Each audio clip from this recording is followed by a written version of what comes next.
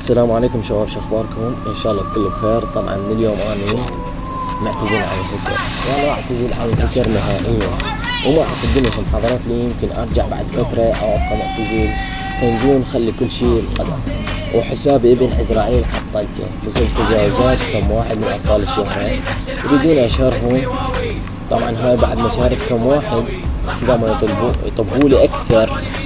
يعني انتوا ليه هسه ما تعرفون انا شنو؟ انا طبعا غير شكل، يعني لا تحاولون وياي سالفة الترزق ما تفيد وياي ابد. بالتأكيد اكو اسباب خاصة غير الترزق، وانا راح اسوي حساب ثاني وراح اضيف كم واحد وراح اسوي بيج خاص بي، يعني يريدني يحاكيني على البيج.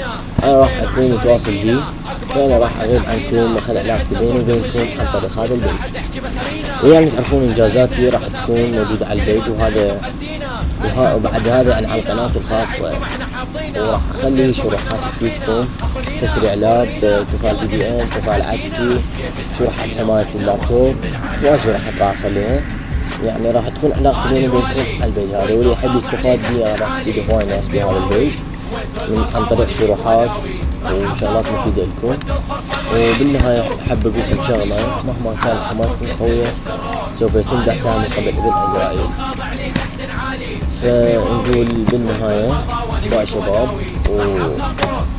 وفديتكم كلكم والله راح اشتغلكم كله، وان شاء الله راح تكون راجعة عن قريب ونكسر فيها خشوم هواي ناس.